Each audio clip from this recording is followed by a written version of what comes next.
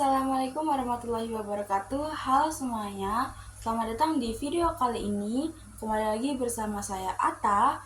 Hari ini kita akan membahas tentang 3 model bisnis yang sangat penting dan sangat relevan dalam konteks dunia usaha modern, yaitu bisnis model kanvas atau BMC, triple layer business model canvas atau TLBMC, dan juga kreatif business model canvas atau CBMC. Nah, mari kita mulai dari yang paling mendasar, yaitu bisnis model canvas atau BMC.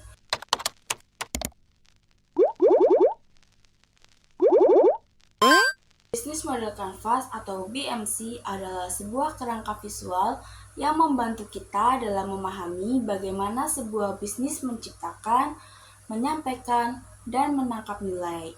Nah, BMC ini terdiri dari 9 elemen utama, yaitu yang pertama ada customer segment, tentang bagaimana pelanggan kita, apakah individu, organisasi, atau komunitas. Yang kedua ada value proposition, yaitu tentang manfaat utama apa yang kita tawarkan. Apakah produk atau jasa kita dapat menyelesaikan masalah pelanggan. Nah, yang ketiga yaitu channels, yaitu tentang lewat saluran apa kita menjangkau pelanggan, apakah melalui toko fisik, online, atau media sosial. Yang keempat yaitu customer relationship, yaitu tentang seperti apa hubungan kita dengan pelanggan, apakah personal, otomatis, atau berbasis komunitas. Yang kelima yaitu revenue stream, tentang dari mana kita menghasilkan pendapatan, yaitu apakah melalui penjualan langsung, langganan, atau komisi. Yang keenam ada key resources, yaitu tentang aset utama apa yang kita butuhkan, seperti SDM, teknologi, dan modal. Nah, yang ketujuh yaitu key activities, yaitu tentang aktivitas penting apa yang harus dilakukan untuk menciptakan nilai. Yang kedelapan yaitu key partnerships, yaitu tentang siapa mitra strategis kita, baik itu pemasok, distributor, ataupun mitra kita gitu ya. Kemudian yang kesembilan yaitu cost structure, yaitu biaya apa yang kita perlukan untuk bisnis ini, seperti teknologi, sumber daya, baik itu manusia ataupun sumber daya lain.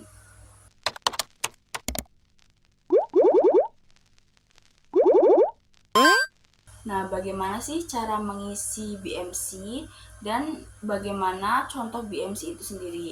Jadi di sini saya memiliki contoh BMC yang saya buat untuk usaha Eko Entok Farm. Jadi usaha Eko Entok Farm ini yaitu usaha peternakan entok berbasis sirkular ekonomi.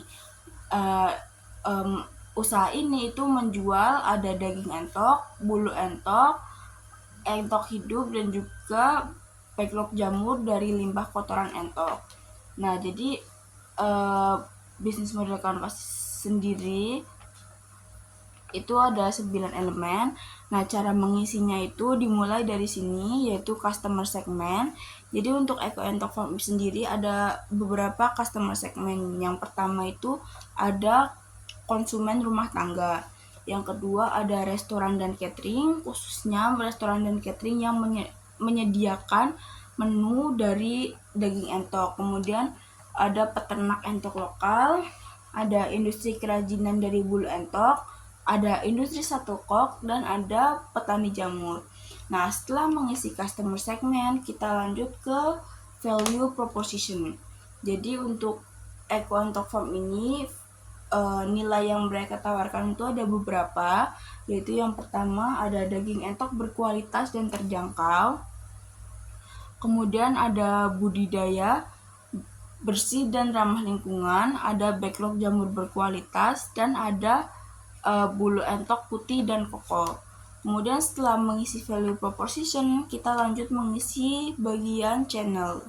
Nah, jadi channel yang digunakan itu ada penjualan langsung melalui kios, pasar, ataupun di tempat produksi mereka menjual secara langsung gitu kepada konsumen. Nah, kemudian ada penjualan di media sosial, ada juga penjualan di e-commerce dan marketplace, tapi kemungkinan e-commerce dan marketplace ini tidak dapat menjangkau semua daerah karena kan ini produk setengah jadi gitu kan, takutnya basi di perjalanan, makanya hanya terbatas daerah-daerah yang masih bisa dijangkau dengan pengiriman instan. Nah, kemudian ada juga kemitraan dan reseller. Setelah itu ada AdSense. AdSense ini seperti iklan gitu ya. Kemudian kita lanjut mengisi customer relationship. Nah, customer relationship itu bagaimana hubungan terjalin dengan pelanggan. Jadi yang pertama, mereka menerapkan layanan konsultasi dan testimoni pelanggan. Kemudian ada membangun komunitas dengan peternak lain untuk sharing-sharing ilmu begitu. Ada juga memberikan diskon atau insentif lain bagi pelanggan yang memberi dalam jumlah banyak. Nah, kemudian ada memberikan pelatihan bagi reseller dan mitra baru. Jadi mereka tidak benar-benar dilepaskan, tapi dari Equine Talk Farm sendiri akan membantu reseller dan mitra baru sebelum mereka terjun sendiri gitu ya. Kemudian lanjut kita mengisi revenue stream atau sumber pendapatan. Nah, dari Equine Talk Farm sendiri itu ada beberapa sumber pendapatan. Yang pertama dari penjualan daging entok tentunya. Ada juga penjualan entok hidup, ada juga penjualan bulu entok, dan terakhir ada penjualan backlog jamur. Nah, setelah mengisi revenue stream, lanjut mengisi key resources. Jadi key resources yang mereka miliki itu ada beberapa, yaitu yang pertama ada lahan dan fasilitas penunjang peternakan entok, ada pakan dan obat-obatan, ada juga tenaga kerja terampil dan berpengalaman, ada teknologi pengolahan limbah kotoran menjadi backlog jamur. Teknologi yang dimaksud ini seperti oven begitu ya, untuk mengeringkan kotoran sebelum diproses lebih lanjut. Kemudian ada juga smartphone dan komputer untuk menjalankan bisnis mereka. Setelah itu lanjut mengisi key activities. Jadi ada beberapa aktivitas yang mereka lakukan, yaitu yang pertama riset tentunya. Jadi mereka sebelum menjalankan bisnis ini pastinya sudah riset terlebih dahulu. Nah, yang kedua ada budidaya entok berbasis circular economy, ada pengolahan limbah kotoran menjadi backlog jamur, ada pemotongan entok, ada pembersihan bulu entok, ada pengemasan produk, ada promosi, pemasaran dan distribusi produk. Yang terakhir ada melakukan pelatihan dan melayani konsultasi. Nah, setelah mengisi key activities, dilanjutkan dengan mengisi key partners. Key partners sendiri ada beberapa, yaitu yang pertama ada industri penggilingan padi. Jadi mereka butuh dari industri penggilingan padi itu kulit padinya begitu ya, untuk makanan campuran bagi entok. Kemudian ada juga sekam padi untuk alas di kandang entoknya sendiri. Nah, kemudian ada tentunya supplier pakan dan obat-obatan unggas. Ada toko pertanian, jadi toko pertanian ini yang menjual nutrisi-nutrisi untuk obat-obat untuk backlog jamur begitu ya. Kemudian ada peternak entok lokal, ada restoran dan catering. Nah, restoran dan catering ini jadi mereka menampung jadi Equine Talk Farm ini menampung sisa makanan dari restoran dan catering untuk dijadikan bahan tambahan untuk pakan entok. Nah, ada juga reseller dan mitra. Nah, setelah mengisi key partners, terakhir mengisi cost structure. Biaya yang diperlukan itu antara lain ada biaya pakan dan perawatan entok, ada biaya lahan dan pembelian fasilitas penunjang, ada biaya pengolahan limbah kotoran menjadi backlog, ada biaya utilitas seperti air, listrik, dan juga internet, ada biaya pembelian smartphone dan komputer, ada biaya pengemasan produk, ada biaya tenaga kerja, dan ada biaya promosi, pemasaran, dan distribusi. Nah, dengan adanya BMC tadi diharapkan dapat membantu dalam menyusun strategi, mengidentifikasi potensi resiko, dan menguji beberapa ide bisnis sebelum diluncurkan. Nah, tapi di zaman sekarang ini hanya memikirkan tentang keuntungan itu tidak akan cukup, melainkan kita hidup di dunia yang penuh dengan tantangan, mulai dari krisis iklim, kesenjangan sosial, hingga etika produksi. Nah, tapi BMC ini seringkali belum cukup untuk menjawab tantangan dari keberlanjutan. Nah, maka muncullah alat yang lebih komprehensif, yaitu Triple Layer Business Model Canvas atau yang dapat disingkat dengan TLBMC.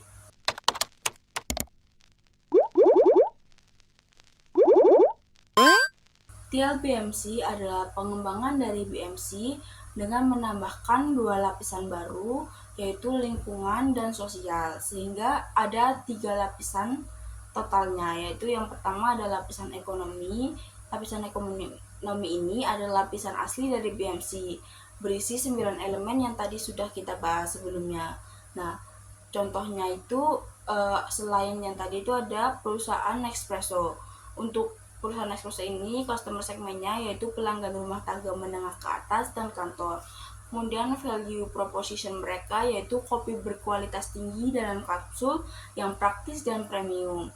Ada juga revenue stream mereka yaitu penjualan mesin yang dilakukan sekali dan penjualan kapsul kopi yang dilakukan berulang.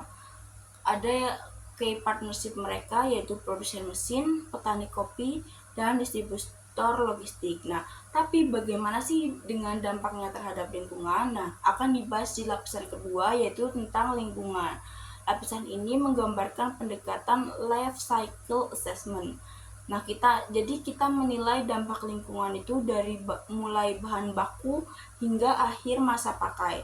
Jadi yang terdiri dari yang pertama ada functional value atau fungsi utama produk, misalnya konsumsi kapsul kopi per tahun. Nah, yang kedua ada materials, itu tentang bahan baku utama yang digunakan. Untuk Nespresso sendiri ada biji kopi yang berdampak 19,9% emisi karbon dan aluminium kapsul berdampak 6%. Kemudian ada produksi atau proses produksi utama. Contohnya pemanggangan biji kopi itu menimbulkan 4,5% karbon dan pembuatan kapsul itu 13,3%.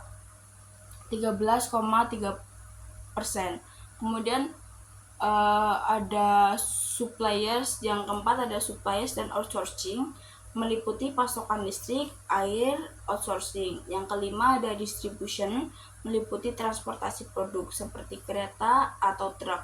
Yang keenam use space, yaitu dampak saat penggunaan seperti energi untuk menyeduh kopi yaitu 10,9%, kemudian mesin kopi 7,8% dan pencucian kapsul itu 28%. Nah, yang ketujuh itu ada end of life atau nasib produk setelah digunakan, apakah didaur ulang atau dibuang. Nah, untuk perusahaan Nespresso ini mereka menyediakan daur ulang kapsul yang hanya tersedia di beberapa titik tertentu yang berdampak pada 5,5% dampak karbon. Yang kedelapan ada environmental impact, yaitu seperti jejak karbon, air, dan energi secara total. Yang kesembilan ada environmental benefits, yaitu upaya mengurangi dampak, misalnya dengan didesain mesin hemat energi yang berdampak 20,7% pengurangan emisi. Lanjut kita ke lapisan ketiga yaitu lapisan sosial. Lapisan ini yaitu memiliki dampak pada sosial terhadap pemangku kepentingan. Nah, elemen-elemennya antara lain yang pertama itu ada social value, tentang nilai sosial yang diciptakan. Contohnya yaitu peningkatan taraf hidup petani. Yang kedua ada employers, tentang kesejahteraan dan keragaman karyawan. Untuk Nespresso sendiri itu 70%-nya berinteraksi langsung dengan pelanggan. Yang ketiga yaitu governance, tentang struktur dan prinsip pengambilan keputusan. Yang keempat yaitu communities, yaitu tentang relasi dengan komunitas lokal. Nespresso sendiri ini mereka bekerja sama dengan Rainforest Alliance untuk memberdayakan 62.000 petani kopi. Yang kelima yaitu societal culture, tentang pengaruh terhadap budaya sosial. Nah, apakah menciptakan budaya konsumsi individual? Yang keenam yaitu scale of outreach, yaitu sejauh mana pengaruh sosialnya. Contohnya untuk Nespresso ini mereka beroperasi di 60 lebih negara.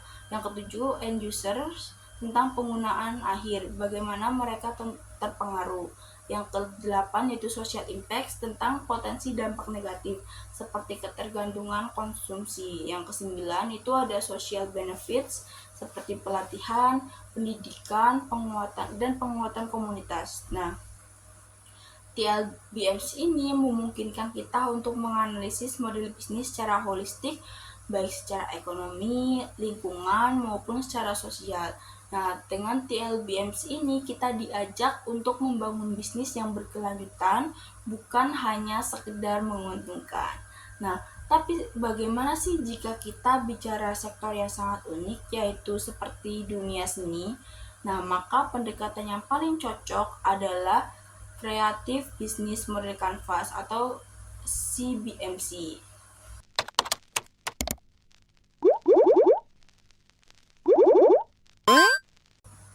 Creative Business Model Canvas atau CBMC dikembangkan untuk menyesuaikan kebutuhan dari para seniman visual yang sering mengalami tantangan finansial dan kurangnya dukungan bisnis.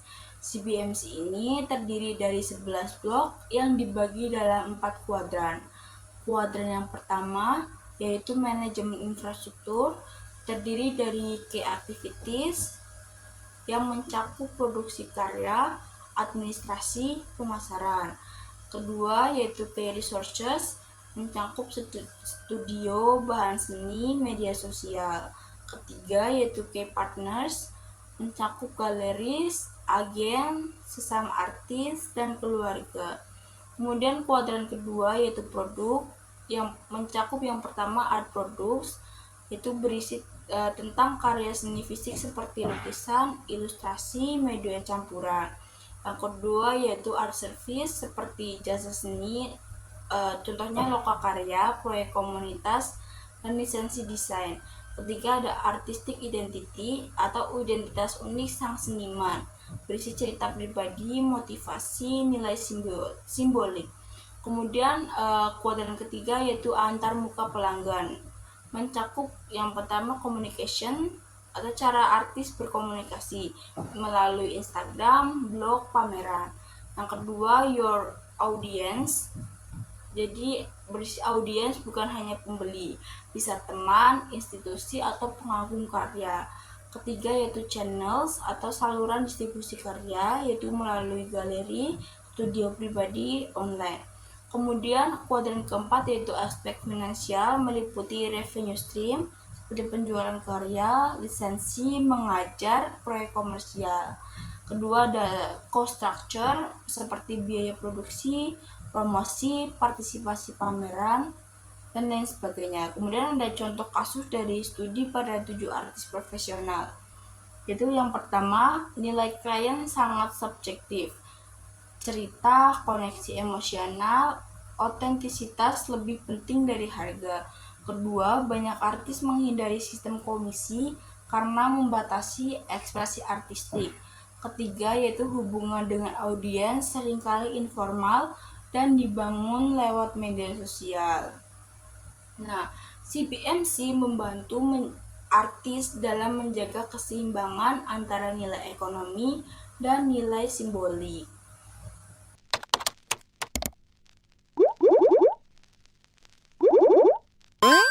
Terakhir, kesimpulan dari saya yaitu BMC adalah fondasi untuk model bisnis yang baik. BMC adalah memperluas cakupan menjadi lebih berkelanjutan secara ekonomi, lingkungan, dan sosial. Nah, sementara itu, CBMC menghadirkan pendekatan yang lebih personal dan kontekstual untuk sektor kreatif. Nah, ketiganya ini punya peran penting dan bisa saling melengkapi tergantung dari konteks dan tujuan bisnis kalian. Nah, dengan ketiganya kita bisa membangun bisnis yang lebih kuat, bermakna, dan berdampak positif. Nah, karena di dunia saat ini itu kita tidak hanya butuh bisnis yang sukses, kita juga butuh bisnis yang berjiwa, bertanggung jawab, dan juga bernilai bagi banyak orang. Nah, saya Ata Nuraini, Terima kasih telah menyaksikan. Sampai jumpa di video selanjutnya. Wassalamualaikum warahmatullahi wabarakatuh.